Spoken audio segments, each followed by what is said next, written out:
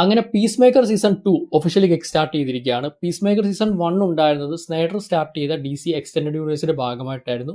അതിൽ ആ പഴയ ജസ്റ്റിസ് ലീഗിന്റെ കെമിയോയും ഉണ്ടായിരുന്നു. എന്നാൽ ഇപ്പോൾ സീസൺ 2 വരുമ്പോൾ ജെയിംസ് ഗൺ പഴയ ഡയറക്ടറിൽ നിന്ന് മാറി DC-യുടെ ഹെഡായിട്ടിരിക്കുകയാണ്. അതുകൊണ്ട് തന്നെ പുതിയൊരു യൂണിവേഴ്സ് സ്റ്റാർട്ടാക്കി DCU ക്രീച്ചർ കമാൻഡോസും സൂപ്പർമാനും ഒക്കെ വന്ന് ഇതേ യൂണിവേഴ്സിൽ തന്നെയാണ് ഇപ്പോൾ പീസ് മേക്കർ സീസൺ 2 വരുന്നത്. അപ്പോൾ ഒരുപാട് പേർക്ക് സീസൺ 1 സംഭവങ്ങളും എസ്പെഷ്യലി അതിലെ ജസ്റ്റിസ് ലീഗ് കെമിയോയും ഒക്കെ എങ്ങനെ കണ്ടിന്യൂറ്റി കറക്റ്റ് ആക്കുമെന്ന് കൺഫ്യൂഷൻസ് ഉണ്ടായിരുന്നു. പക്ഷേ ആദ്യ എപ്പിസോഡ് കൊണ്ട് തന്നെ ഒരു ഫുൾ കൺഫ്യൂഷൻസും ഇല്ലാതാക്കി ഇനി DC യൂണിവേഴ്സിലേക്ക് പഴയ യൂണിവേഴ്സായിട്ട് യാതൊരു കൺഫ്യൂഷനും വേണ്ട എന്ന രീതിയിൽ തന്നെ ഗണ്ണാക്കിയിട്ടുണ്ട്. അതുമാത്രമല്ല ഒരു മൾട്ടിവേഴ്സൽ ലെവലിലാണ് ഈ ഒരു സ്റ്റോറി പോകുന്നത് ഹോൾ സീസൺ. അപ്പോൾ അതിൻ്റെ ഒരു തുടക്കവും കിട്ടിയിട്ടുണ്ട്. So overall first episode break down ചെയ്യാൻ ഒരുപാട് കാര്യങ്ങളുണ്ട്. വെച്ച് താമസിപ്പിക്കാതെ വീഡിയോയിലേക്ക് കടക്കാം. Welcome to comic Mantra. ഞാൻ ശ്രീനന്ദൻ ചെങ്ങന്നൂർ.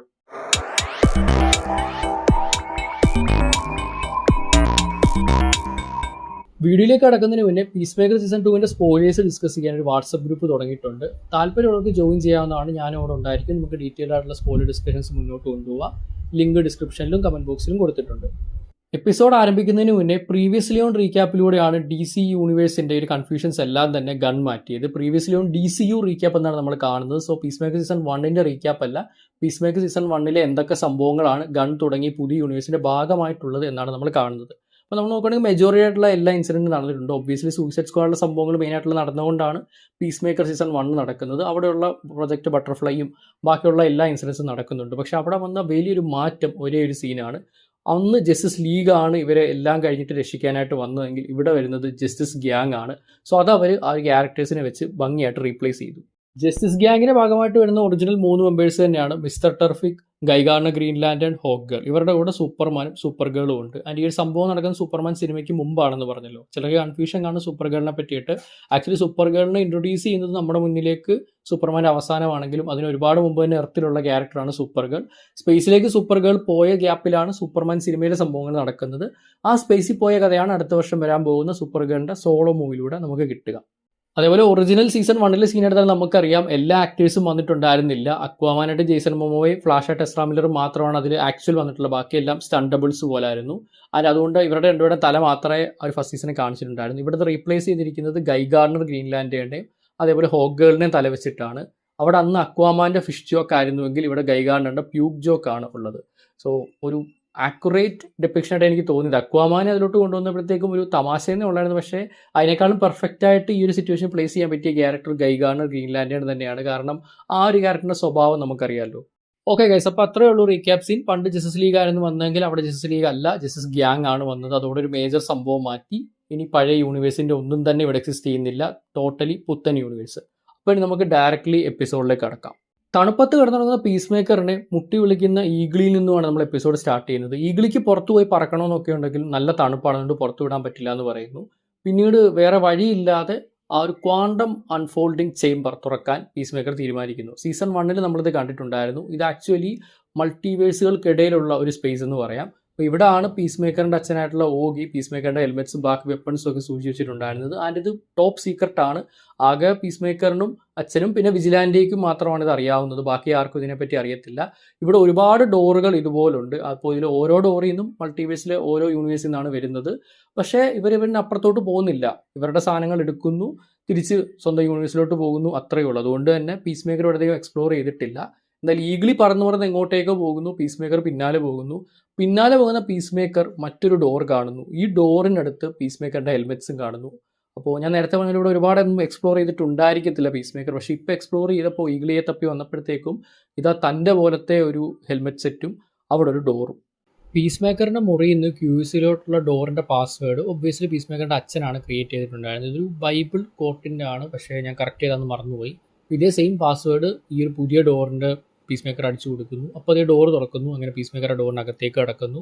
ഈ ഒരു പുതിയ യൂണിവേഴ്സിനെ നമുക്ക് എർത്ത് 2 എന്ന് വിളിക്കാം. ഇവിടെ പീസ് മേക്കറിൽ നമ്മളതിൻ്റെ ക്യാരക്ടേഴ്സിൻ്റെ ഒക്കെ വേരിയൻസ് ഉണ്ട്.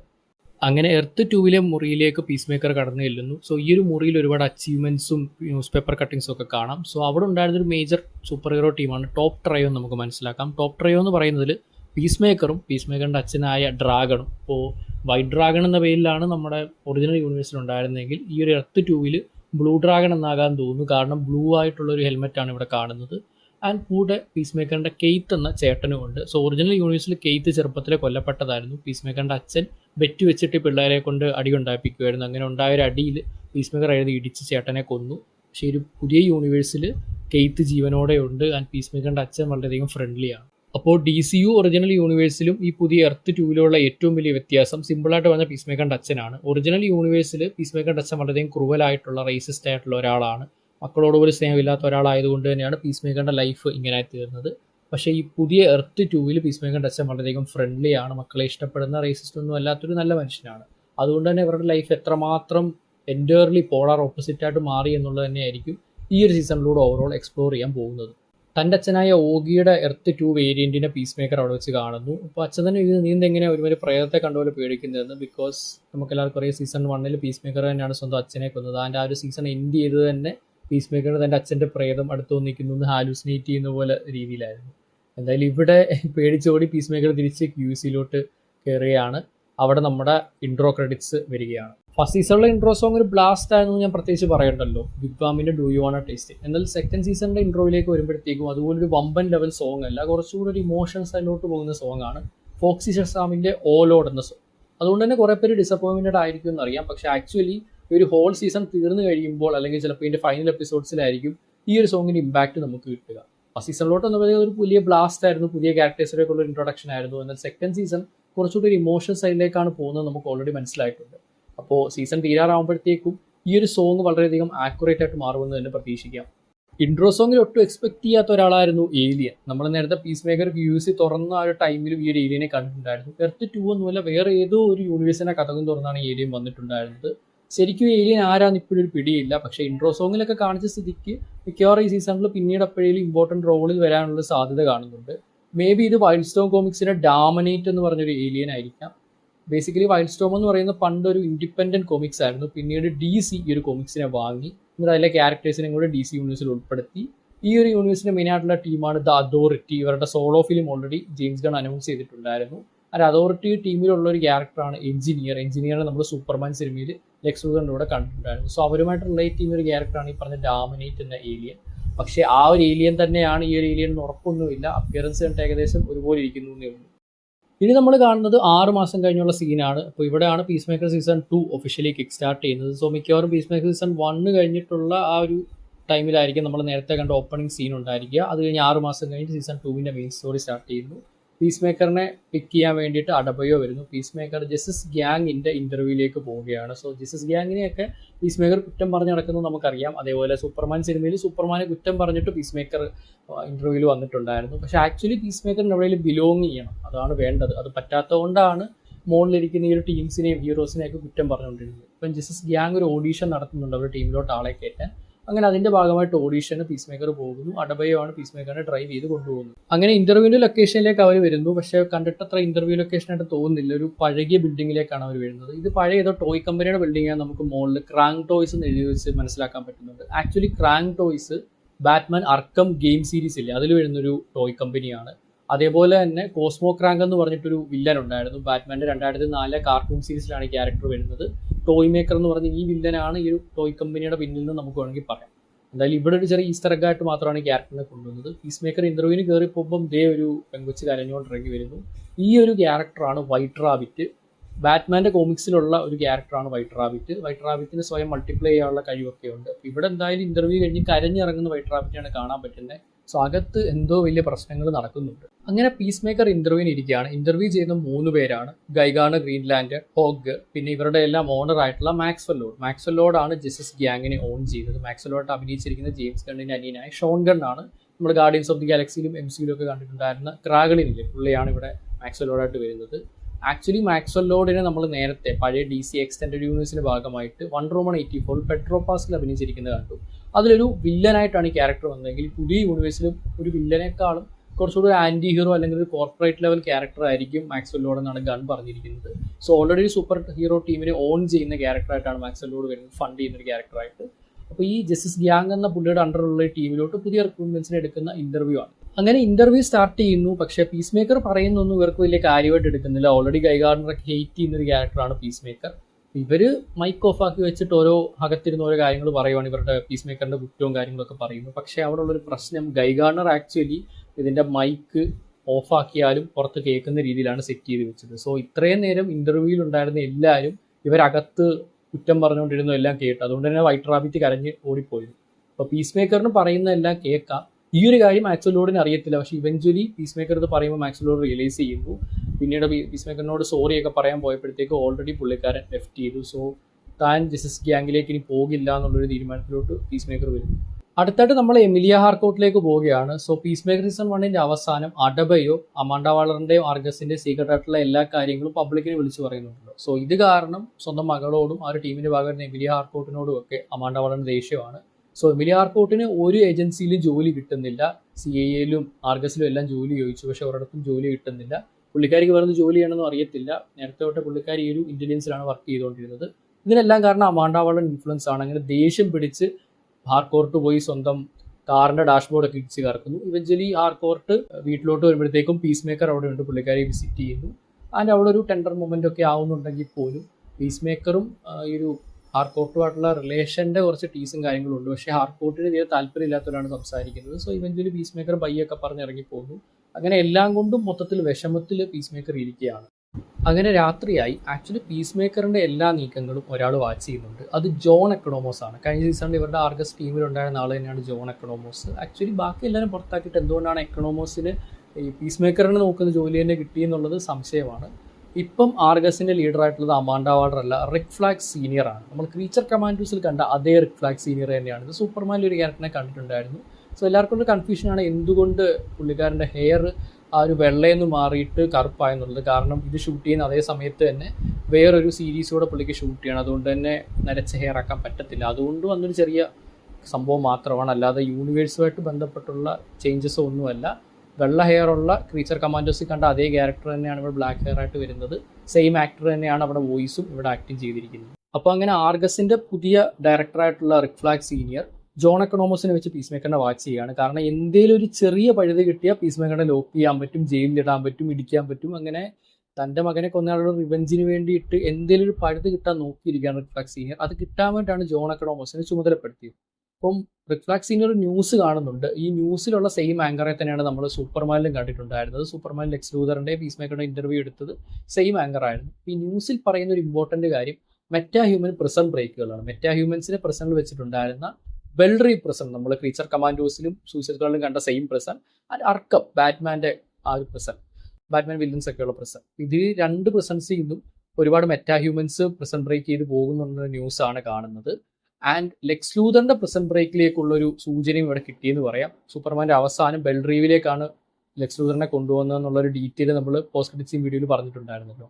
അപ്പോൾ ലെക്സ് ലൂതർ സൂപ്പർമാന്റെ ഒറിജിനൽ പടമുണ്ടോ ക്രിസ്റ്റഫർ റീവ്, അതിനകത്ത് അവസാനം ജയിലിലാക്കിയാണ്. സെക്കൻഡ് പാർട്ടി ജയിലിൽ ചാടുന്നുണ്ട്. അപ്പോൾ ഇവിടെയും ജയിലിൽ ചാടാനുള്ള സാധ്യതയുണ്ട്. അപ്പോൾ അതിനു വേണ്ടിയിട്ട് തൻ്റെ കൂടെയുള്ള മെറ്റാ ഹ്യൂമൻസിന്റെ പവേഴ്സ് യൂസ് ചെയ്യുമായിരിക്കാം. അതിലേക്കുള്ളൊരു ക്ലൂ ആയിരിക്കാം ഇപ്പോൾ ഉള്ള ഈ പ്രിസൺ ബ്രേക്സ് നമുക്ക് കാണാൻ സാധിക്കുന്നത്. ഇനി പുതിയൊരു ക്യാരക്ടറിന്റെ എൻട്രി ആണ് സാഷ ബോർഡ്യൂ. ആർഗസിൽ റിക് ഫ്ലാഗ് സീനിയറിന് കീഴിൽ വർക്ക് ചെയ്യുന്ന ആളാണ് Sasha Bourdieu. കോമിക്സിൽ Bruce വെയിന്റെ body guard ആയിരുന്നു ക്യാരക്ടർ. പിന്നീട് മാക്സ്വെല്ലോട് നമ്മൾ നേരത്തെ പറഞ്ഞ ജെയിംസ് ഗണ്ണിന്റെ അനിയൻ ചെയ്യുന്ന ക്യാരക്ടറില്ലേ, ആ ക്യാരക്ടറിന്റെ കോമിക്സിലെ ഒരു സെക്കൻഡ് ഇൻ ഹാൻഡും ആയിരുന്നു സാഷ ബോർഡ്യൂ. ചെക്ക്മേറ്റ് എന്ന് പറഞ്ഞിട്ട് ഒരു ടീം ഉണ്ടായിരുന്നു, സൂസൈഡ് സ്ക്വാഡിന്റെ വേറൊരു വെർഷൻ ഓഫ് ടീമാണ്.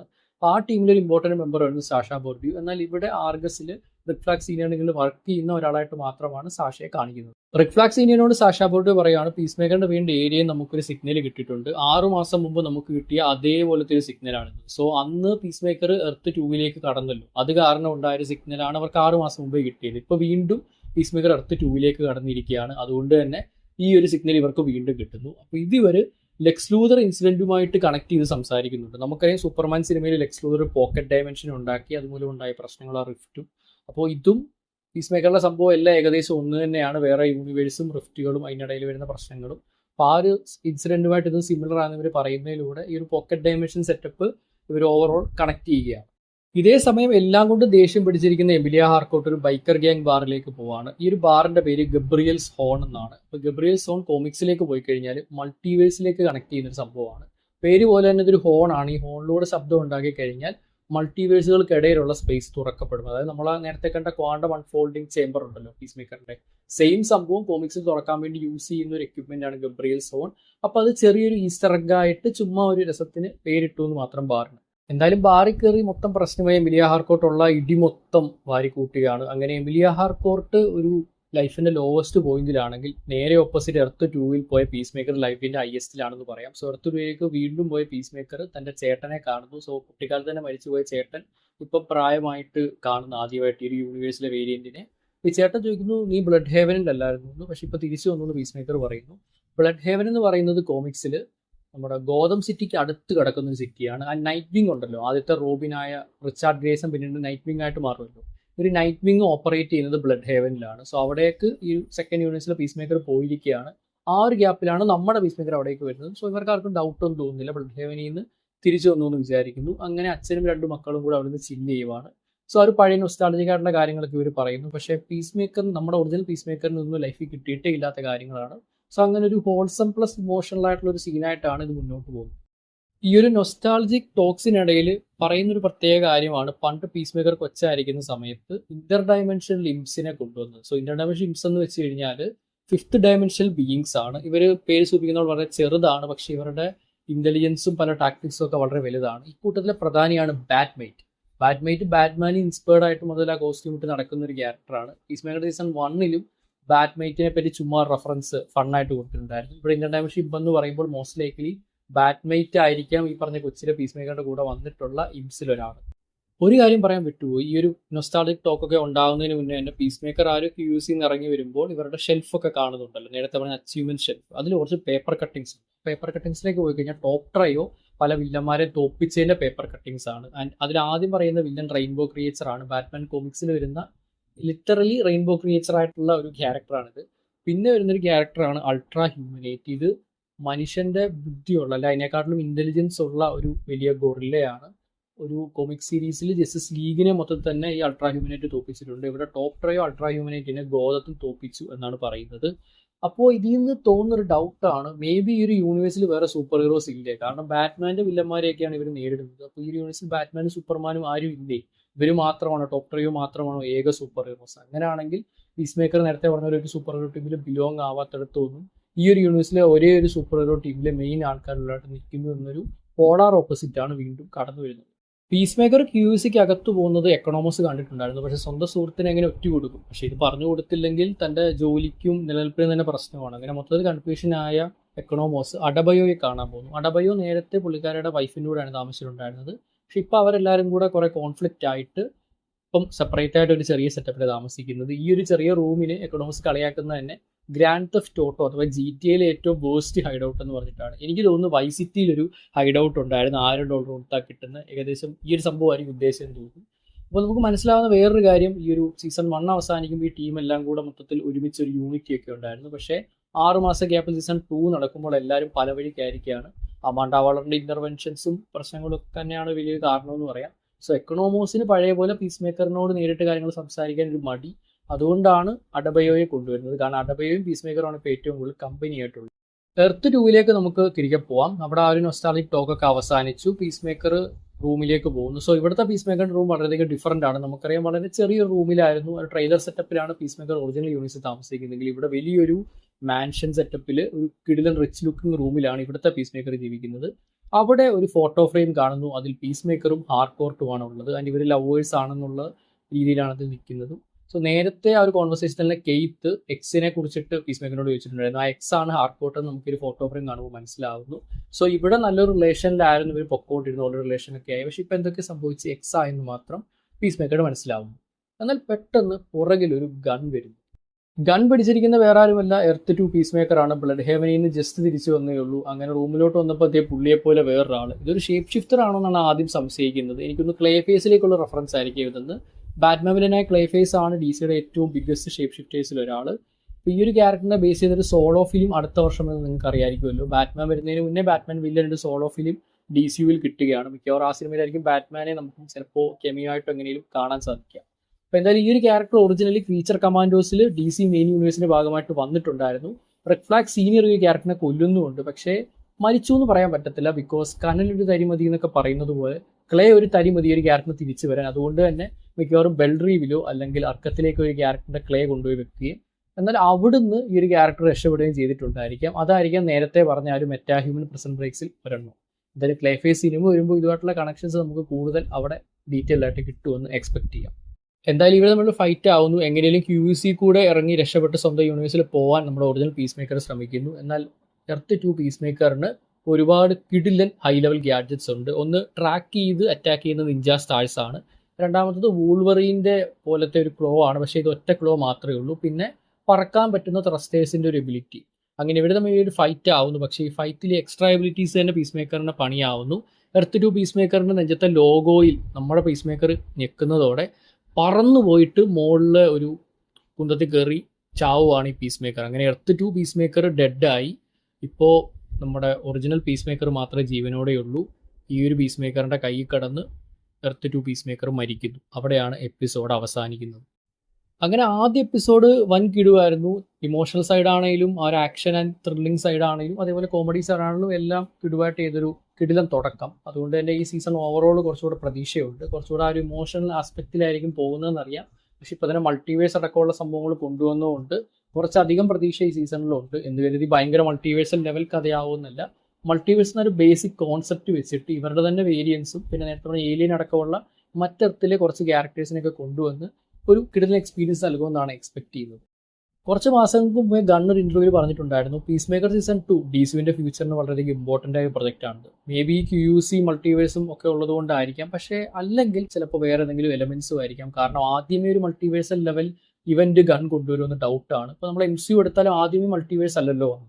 ആദ്യം അവഞ്ചേഴ്സ് വന്നു, പിന്നെ ഏജ് ഓഫ് അൾട്രോൺ വന്നു, സിവിൽ വാർ വന്നു. അത് കഴിഞ്ഞിട്ടാണ് infinity war Endgame level big event, ആ ഒരു യൂണിവേഴ്സ് ലെവലായിട്ടുള്ള ഇവന്റ് വന്നത്. പിന്നീട് ഇപ്പോഴാണ് മൾട്ടിവേഴ്സിലോട്ട് എക്സ്പ്ലോർ ചെയ്ത് ഡൂംസ്ഡേയും സീക്രട്ട് വാഴ്സും വരാൻ പോകുന്നത്. സോ DCയും അതേ ഒരു പാതയിൽ പോയാൽ കൊള്ളായിരുന്നു. പക്ഷേ ഇപ്പോൾ പീസ് മേക്കറിലൂടെ തന്നെ മൾട്ടിവേഴ്സ് ഇൻട്രൊഡ്യൂസ് ചെയ്തിട്ടുണ്ട്. പക്ഷേ എനിക്ക് തോന്നുന്നു മൾട്ടിവേഴ്സ് ആയിരിക്കത്തില്ല ഈ ഒരു ആദ്യ സാഗയുടെ ഫോക്കസ്. മെയിൻ യൂണിവേഴ്സിലെ ഒരു വലിയ കോൺഫ്ലിക്റ്റ് ആയിരിക്കാം. ഡാർക്ക് സൈഡ് ആയിരിക്കാം, അല്ലെങ്കിൽ വേറെ ആരെങ്കിലും ആയിരിക്കാം, നമുക്ക് കണ്ടു തന്നെ അറിയണം. എന്തായാലും മൾട്ടിവേഴ്സ് എന്നൊരു ആസ്പെക്റ്റ് അല്ലെങ്കിൽ ഈ ഒരു എലമെന്റ് ഉണ്ടല്ലോ, അത് പല ഷോസിലും വന്നു പോകാൻ ചാൻസ് ഉണ്ട്. പീസ് മേക്കറിൽ വന്നതുപോലെ ചിലപ്പോൾ വേറെ ഏതെങ്കിലുമൊക്കെ ഷോസിൽ മൾട്ടിവേഴ്സ് ക്യാരക്ടേഴ്സും ട്രാവലും ഒക്കെ കാണിച്ചേക്കാം. പക്ഷേ ഇൻ ദി എൻഡ് നമുക്ക് ആദ്യം കിട്ടാൻ പോകുന്ന ഇൻഫിനിറ്റി വാർ എൻഡ് ഗെയിം ലെവലിലുള്ള ഒരു ഇവന്റ് ആയിരിക്കാം. അതിനുശേഷം ഫർദറായിട്ടായിരിക്കാം മൾട്ടിവേഴ്സ് ലെവൽ ഇവന്റ്സ് വരാൻ പോകുന്നത്. പലരും എക്സ്പെക്ട് ചെയ്യുന്നത് ക്രൈസിസ് ഓൺ ഇൻഫിനിറ്റി എർത്ത് ആയിരിക്കും ആദ്യത്തെ ബിഗ് ഇവന്റ് എന്ന്. പക്ഷേ അതൊരു ബിഗ് മൾട്ടിവേഴ്സ് ഇവന്റ് ആണ്. സോ അതുകൊണ്ട് തന്നെ ആദ്യം നമുക്ക് ഡാർക്ക് സൈഡ് ഒക്കെ വന്നിട്ടുള്ള ഒരു വലിയ യൂണിവേഴ്സ് ലെവൽ ത്രെറ്റ് ആയിരിക്കാം വരാൻ പോകുന്നത്. അതിനുശേഷമാകാം മൾട്ടിവേഴ്സ് എക്സ്പ്ലോർ ചെയ്യുന്നത്.